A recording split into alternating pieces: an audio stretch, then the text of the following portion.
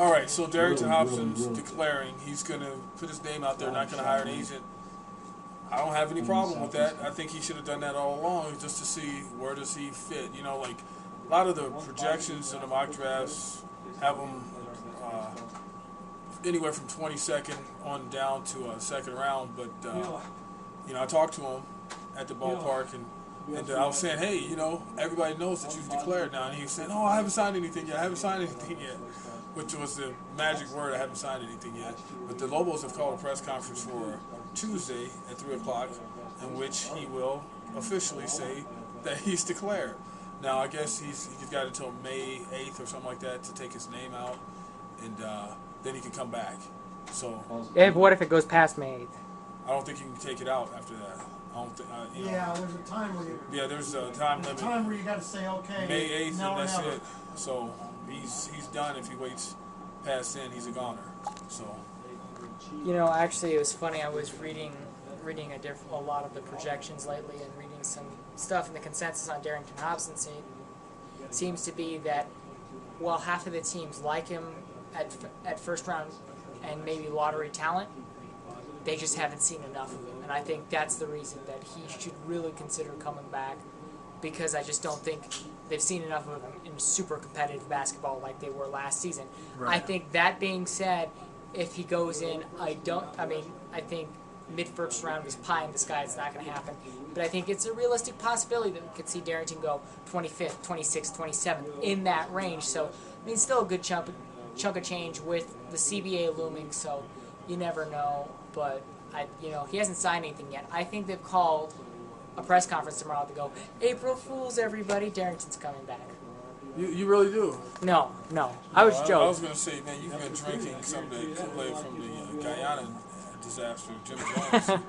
You know, because I think he's letting everybody know that he's coming out. And as far as him doing that, more power to him. He should find out what's going to happen. It can't hurt him. As far as talking to him, I was talking to him at the Isotopes game. The Isotopes having their home opener tonight, and you know, the team looks like it's going to be another exciting year for Tim Wallach, because they went out on the road to start their season, splitting 2 games with the Oklahoma Redhawks, which is not an easy thing to do. That's down there in Bricktown. And so it looks like it's going to be another good year. A lot of veteran guys on this team, even though I have to say I was kind of surprised that Josh Towers, who started pitching tonight, got touched up right away. 3 runs were scored immediately. And, that guy has a lot of big league experience, spending 8 of the last 9 years in the big leagues. So, but you got to get used to that thin air. And pitchers got to pitch at that park and take their lumps, because, the ball's going to sail on you, especially on a windy day.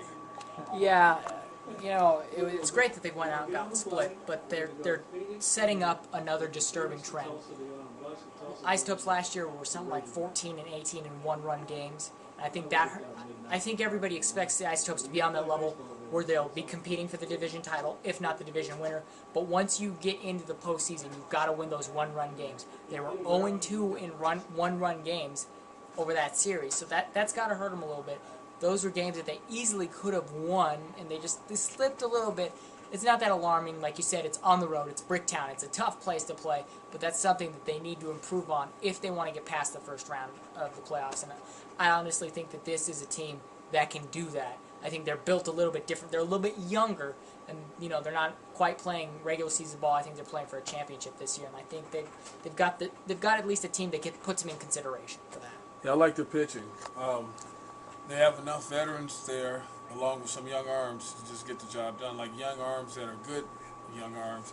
Like you take a guy like James McDonald, and to get a guy like Luis Ayala to come here, and he always wanted to be in the Dodgers organization. He was telling me when we were at media day. They got some good arms. They got some pretty good power with their bats too. Restovich comes to mind, Redmond, Lindsey, those guys, and Russell Mitchell is a guy to look out for. I think he's going to end up being he's going to be a fan favorite, maybe, and a big league player sooner than later. And who can forget about Paul?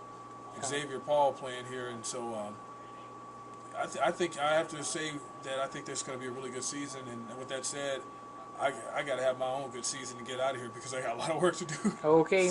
All right, man.